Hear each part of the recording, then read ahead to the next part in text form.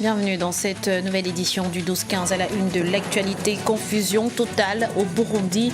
L'ancien chef d'état-major Godefroid Niyombare affirme avoir destitué le président Pierre Nkurunziza. Le chef de l'État tchadien Idriss Déby Itno réclame au Nigeria une coopération militaire renforcée, une démarche nécessaire selon lui pour porter un coup fatal à Boko Haram. Et puis le classement des 10 pays africains les plus compétitifs dans le domaine du tourisme a été dévoilé ce lundi. L'Afrique du Sud décroche la première place. Mais avant de développer ces titres, les femmes battent le pavé pour la paix au Mali. Elles étaient environ 200 à marcher dans les rues de Bamako, la capitale, ce mardi, pour manifester leur soutien à la signature de l'accord de paix prévu ce vendredi 15 mai.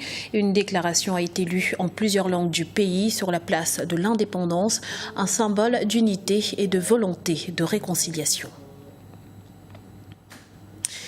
Le Burundi en ébullition alors qu'un sommet réunit ce mercredi plusieurs chefs d'État pour faire le point sur la crise qui secoue le pays.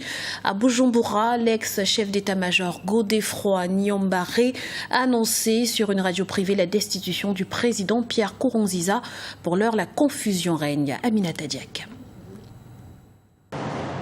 Que se passe-t-il au Burundi? La confusion règne après l'annonce de l'ancien chef du service de renseignement burundais, le général Godefroid Niyombare, ce mercredi midi de la destitution du président Pierre Nkurunziza. Une sortie qui intervient au moment où le chef de l'État burundais se trouvait à Dar es Salaam en Tanzanie pour un sommet régional consacré à la crise ouverte par sa volonté de briguer un troisième mandat. Pour certains observateurs, ce scénario était prévisible. Du côté de Bujumbura, d'abord, il y a eu beaucoup de mouvements des militaires et puis ils étaient dans la ville et Godefroid Niyombare, le général Godefroid Niyombare, qui était chef d'état-major, qui a été aussi responsable des renseignements à un certain moment, a déclaré sur Radio Isanganiro qu'il a pris le pouvoir, que tous les ministres sont renvoyés, remplacés par les secrétaires permanents des ministères. Donc c'est lui maintenant l'homme fort. Ça faisait un bon moment que les gens qui observent, qui suivent l'actualité burundaise savaient bien que Godefroid Niyombare préparait un coup d'État au moins depuis 3 semaines ou un mois. C'était bien visible. Et là, il fait un coup d'État au moment où le président Nkurunziza se trouve en Tanzanie juste pour étudier cette question burundaise avec les présidents de la sous-région. Certains acteurs politiques estiment également que la crise actuelle ne pouvait se résoudre que par l'intervention de l'armée. L'intervention de l'armée, c'était certainement un des scénarios tout à fait possibles compte tenu de la situation qui devenait totalement intenable compte tenu de la crise qui s'aggravait. D'une part, la population qui de plus en plus nombreuse manifestait une opposition farouche contre le troisième mandat du président. D'autre part, une partie des forces de l'ordre qui utilisaient la violence et surtout, j'allais dire, le fait que les forces vives de la nation, que ce soit la société civile, que ce soit l'Église catholique, qui encore hier lançait presque un ultimatum justement au président. Pour le moment, il est difficile de mesurer la portée de la déclaration du général Godefroid Niyombare et du soutien qu'il bénéficie au sein de l'armée. De nombreux civils sont descendus dans les rues de Bujumbura, la capitale, protégés par des soldats loyalistes pour manifester leur joie. La vie reprend progressivement son cours dans les différentes localités reprises aux mains de Boko Haram dans le nord du Cameroun. Les membres de la secte ont attaqué samedi la ville de Mokolo dans le département du Mayo-Tsanaga avant d'être repoussés par les forces de défense camerounaises. Même chose dans la ville de Maroua qui a ensuite pu accueillir sans incident la 43e fête nationale de l'unité. Une coordination des actions militaires pour en finir avec Boko Haram, c'est la recommandation faite par le président tchadien Idriss Déby Itno lors de sa visite au Nigeria ce lundi. Fort de sa position de premier plan dans l'offensive régionale, le chef d'État tchadien appelle donc aux autorités nigérianes à œuvrer en ce sens. Reportage d'Afolake Onyendoye, notre correspondante au Nigeria. La lutte contre le terrorisme a été le point essentiel des échanges lundi lors de la visite du président tchadien au Nigeria. selon le président de la République du Tchad, Idriss Déby, qui a échangé aussi bien avec le président sortant que le président entrant. Cette visite vise d'abord à saluer le sens démocratique des deux leaders nigérians. Il a félicité le président Goodluck Jonathan pour, dit-il, son acte qui mérite la reconnaissance. Il l'a aussi félicité pour son implication dans la lutte commune contre le groupe terroriste Boko Haram. Boko Haram a été cassé, mais n'est pas terminé. Donc, nous continuerons à travailler ensemble sur le terrain avec le président Hamad pour ramener la paix, la stabilité et la quiétude dans le bassin conventionnel du lac Tchad et aussi sur l'ensemble en fait, disons, de la région. Tchad, Niger et Cameroun.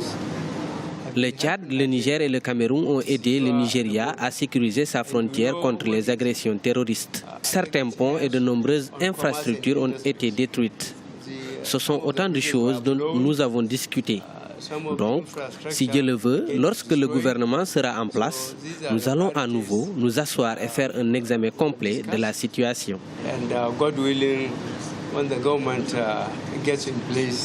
Les 4 pays du bassin du lac Tchad qui assurent actuellement la sécurisation de la zone ont formé une force mixte multinationale. Cette force, à en croire le président tchadien, va se métamorphoser en une force de réaction rapide sur le continent africain. L'actualité économique à présent, la BRVM lance un service d'information boursière par SMS. La Bourse régionale des valeurs mobilières, c'est pour cela associé à l'opérateur téléphonique MTN. Objectif, diffuser la culture boursière au sein de l'UMOA. Intitulé Info BRVM, le service est disponible depuis ce mardi 12 mai pour les abonnés MTN. Aucune date n'a cependant été communiquée sur l'ouverture de ce service aux abonnés des autres opérateurs mobiles ivoiriens. L'Afrique du Sud en tête des pays continentaux les plus compétitifs dans le domaine du tourisme. C'est ce qui ressort du classement 2015 de la World Economic Forum publié ce lundi. La nation arc-en-ciel est talonnée par les Seychelles et Maurice à Roi-Barkala. La World Economic Forum a publié le lundi 11 mai dernier son classement des pays les plus compétitifs dans le domaine du tourisme. L'Afrique du Sud est le premier pays visité dans le continent africain, suivi des Seychelles et des îles Maurice. Le Maroc talonne le trio.